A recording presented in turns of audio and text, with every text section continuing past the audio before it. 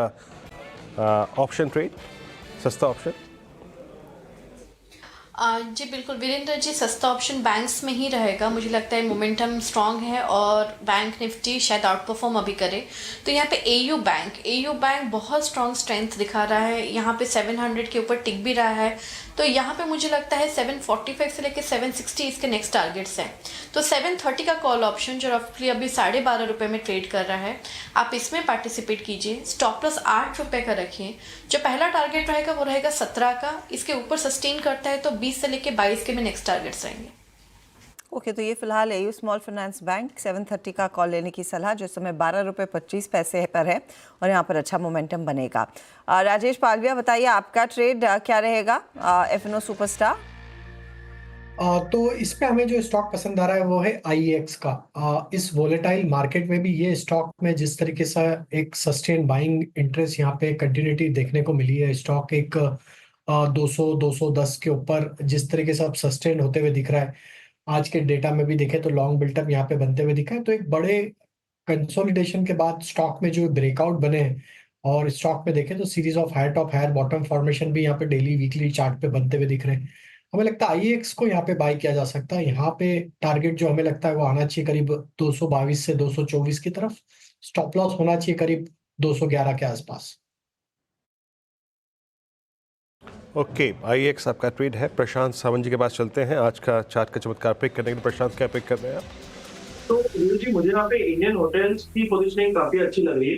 अगर हम परसों के दिन को छोड़ के पहले 3 दिन देखें तो एक राइजिंग वॉल्यूम के साथ अपमूव आई थी और जब बिकवाली आई तब वॉल्यूम मिसिंग थे। तो मुझे लग रहा है कि यहाँ से ये ऊपरी लेवल दिखा सकता है, करीबन 660-65 के बीच ट्रेड कर रहा है।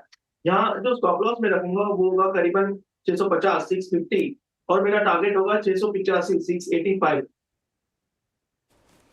ओके, तो ये फिलहाल आपके लिए इंडियन होटल्स पर एक व्यू आता हुआ। इस बीच Nifty bank by the way दिन की ऊंचाई पर ट्रेड कर रहा है।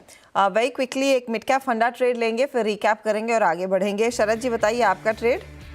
मुफ्ती या क्रेडो ब्रांड्स होगा हमारा मिड कैप फंडा। लगभग 1200 करोड़ का मार्केट कैप है। कंपनी 25 से 30 नए अपने एक्सक्लूसिव ब्रांड आउटलेट्स इस साल में भी खोलने की बात कर रही है। 425-30 स्टोर्स ऑलरेडी हैं। हमारा ये मानना है कि ग्रोथ रेट्स कंपनी काफी डिसेंटली अचीव कर लेगी। 3 से 4 साल में कंपनी लगभग अपने टॉप लाइन को डबल करने की बात कर रही है। तो लगभग 20-25% जैसी CAGR कंपनी क्लॉक इन करेगी। साउथ में वो अपनी प्रेजेंस को बढ़ा रहे हैं और इसके अलावा कुछ नए प्रोडक्ट्स पे भी उनकी डिजाइन टीम काम कर रही है, शूज, कैप, सॉक्स, तो उससे भी कुछ एडिशनल उनको ट्रिगर्स मिलने चाहिए। अभी लार्जली शर्ट्स और बॉटम वियर्स पे मेजर पोर्शन ऑफ रेवेन्यूज आता है और ऑनलाइन और D2C वगैरह में अभी उतनी बड़ी ग्रोथ नहीं है, बट ग्रेजुअली हमें लगता है अब जैसे पोस्ट IPO कंपनी उस पर फोकस करती है, वहां से भी काफी डिसेंट ग्रोथ आनी चाहिए। स्ट्रॉन्ग ब्रांड रिकॉल है, रिटर्न रेशियोज वगैरह 18-19% के आसपास हैं। आने वाली अर्निंग्स ग्रोथ 25-30% रहती है। तो अगले साल लगभग हम ये उम्मीद कर रहे हैं कंपनी 12 रुपए के आसपास की अर्निंग्स डिक्लेयर कर देगी।